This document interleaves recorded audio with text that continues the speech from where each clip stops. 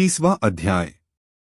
देहगेह में आसक्त पुरुषों की अधोगति का वर्णन पिलदेव जी कहते हैं। माताजी, जिस प्रकार वायु के द्वारा उड़ाया जाने वाला मेघ समूह उसके बल को नहीं जानता, उसी प्रकार यह जीव भी बलवान काल की प्रेरणा से भिन्न भिन्न अवस्थाओं तथा योनियों में भ्रमण करता रहता है, किंतु उसके प्रबल पराक्रम को नहीं जानता। जीव सुख की अभिलाषा से जिस जिस वस्तु को बड़े कष्ट से प्राप्त करता है, उसी उसी को भगवान काल विनष्ट कर देता है, जिसके लिए उसे बड़ा शोक होता है। इसका कारण यही है कि यह मंदमती जीव अपने इस नाशवान शरीर तथा उसके संबंधियों के घर, खेत और धन आदि को मोहवश नित्य मान लेता है। इस संसार में यह जीव जिस जिस योनि में जन्म लेता है, उसी उसी में आनंद मानने लगता है और उससे विरक्त नहीं होता। यह भगवान की माया से ऐसा मोहित हो रहा है कि कर्मवश नार की योनियों में जन्म लेने पर भी वहाँ के विष्ठा आदि भोगों में ही सुख मानने के कारण उसे भी छोड़ना नहीं चाहता। यह मूर्ख अपने शरीर, स्त्री, पुत्र, गृह, पशु,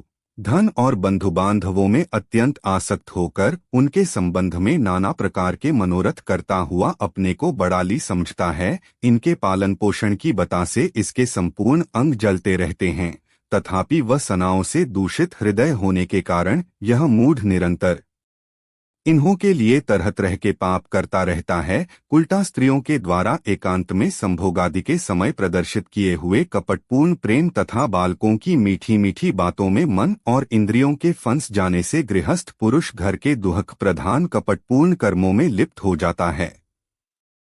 उस समय बहुत सावधानी करने पर यदि उसे किसी दुख का प्रतिकार करने में सफलता मिल जाती है, तो उसे ही वह सुख सा मान लेता है। जहाँ था से भयंकर हिंसावृत्ति के द्वारा धन संचय कर यह ऐसे लोगों का पोषण करता है जिनके पोषण से नरक में जाता है। स्वयं तो उनके खाने पीने से बचे हुए अन्न को ही खाकर रहता है। बार बार प्रयत्न करने पर भी जब इसकी कोई जीविका नहीं चलती, तो यह लोभवश अधीर हो जाने से दूसरे के धन की इच्छा करने लगता है। जब मंदभाग्य के कारण इसका कोई प्रयत्न नहीं चलता और यह मंदबुद्धि धनहीन होकर कुटुंब के भरण पोषण में असमर्थ हो जाता है, तब अत्यंत दीन और चिंतातुर होकर लंबी लंबी सांसें छोड़ने लगता है। इसे अपने पालन पोषण में असमर्थ देखकर वे स्त्री पुत्रादि इसका पहले के समान आदर नहीं करते। जैसे कृपण किसान बूढ़े बैल की उपेक्षा कर देते हैं, फिर भी इसे वैराग्य नहीं होता। जिन्हें उसने स्वयं पाला था वे ही अब उसका पालन करते हैं। वृद्धावस्था के कारण इसका रूप बिगड़ जाता है, शरीर रोगी हो जाता है, अग्नि मंद पड़ जाती है, भोजन और पुरुषार्थ दोनों ही कम हो जाते हैं।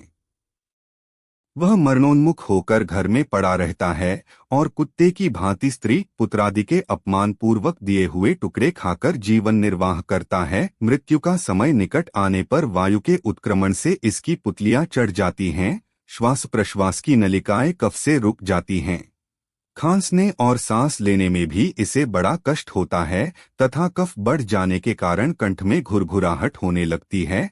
यह अपने शोकातुर बंधु बांधवों से घिरा हुआ पड़ा रहता है और मृत्युपाश के वशीभूत हो जाने से उनके बुलाने पर भी नहीं बोल सकता। इस प्रकार जो मूढ़ पुरुष इंद्रियों को न जीतकर निरंतर कुटुंब पोषण में ही लगा रहता है, वह रोते हुए स्वजनों के बीच अत्यंत वेदना से अचेत होकर मृत्यु को प्राप्त होता है। इस अवसर पर उसे लेने के लिए अति भयंकर और रोषयुक्त नेत्रों वाले जो दो यमदूत आते हैं, उन्हें देखकर वह भय के कारण मलमूत्र कर देता है। यमदूत उसे यातनादेह में डाल देते हैं और फिर जिस प्रकार सिपाही किसी अपराधी को ले जाते हैं, उसी प्रकार उसके गले में रस्सी बांधकर बलात् यमलोक की लंबी यात्रा में उसे जाते हैं। उनकी घुड़कियों से उसका हृदय फटने और शरीर कांपने लगता है। मार्ग में उसे कुत्ते नोचते हैं।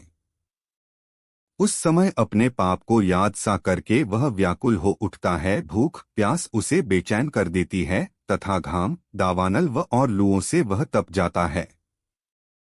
ऐसी अवस्था में गजल और विश्राम स्थान से रहित उस तप्त बालुकामयता मार्ग में जब उसे एक पग आगे बढ़ने की भी शक्ति नहीं रहती, यमदूत उसकी पीठ पर कोड़े बरसाते हैं, तब बड़े कष्ट से उसे चलना ही पड़ता है। वह जहाँ तहाँ थककर गिर जाता है, मूर्छा आ जाती है, चेतना आने पर फिर उठता है। इस प्रकार अति दुःखमय अंधेरे मार्ग से अत्यंत क्रूर यमदूत उसे शीघ्रता से यमपुरी को ले जाते हैं। यमलोक का मार्ग 99,000 योजन है। इतने लंबे मार्ग को 2 ही 3 मुहूर्त में तय करके वह नरक में तरह तरह की यातनाएं भोगता है। वहां उसके शरीर को धधकती लकड़ियों आदि के बीच में डालकर जलाया जाता है। कहीं स्वयं और दूसरों के द्वारा काट काट कर उसे अपना ही मांस खिलाया जाता है। यमपुरी के कुत्तों अथवा गिद्धों द्वारा जीते जी उसकी आंतें खींची जाती हैं। सांप, बिच्छू और डांस आदि डसने वाले तथा डंक मारने वाले जीवों से शरीर को पीड़ा पहुंचाई जाती है। शरीर को काटकर टुकड़े टुकड़े किए जाते हैं। उसे हाथियों से चिरवाया जाता है, पर्वत शिखरों से गिराया जाता है अथवा जल या गड्ढे में डालकर बंद कर दिया जाता है। ये सब यातनाएं तथा इसी प्रकार तामिस्र, अंधतामिस्र एवं रौरव आदि नरकों की और भी अनेकों यंत्रणाएं, स्त्री हो या पुरुष, उस जीव को पारस्परिक संसर्ग से होने वाले पाप के कारण भोगनी ही पड़ती हैं। माताजी, कुछ लोगों का कहना है कि स्वर्ग और नरक तो इसी लोक में हैं, क्योंकि जो नार की यातनाएं हैं वे यहाँ भी देखी जाती हैं। इस प्रकार अनेक कष्ट भोगकर अपने कुटुंब का ही पालन करने वाला अथवा केवल अपना ही पेट भरने वाला पुरुष उन कुटुंब और शरीर दोनों को यहीं छोड़कर मरने के बाद अपने किए हुए पाप का ऐसा फल भोगता है। अपने इस शरीर को यहीं छोड़कर प्राणियों से द्रोह करके एकत्रित किए हुए पापरूप पाथे को साथ लेकर वह अकेला ही नरक में जाता है। मनुष्य अपने कुटुंब का पेट पालने में जो अन्याय करता है उसका दैवविहित कुफल वह नरक में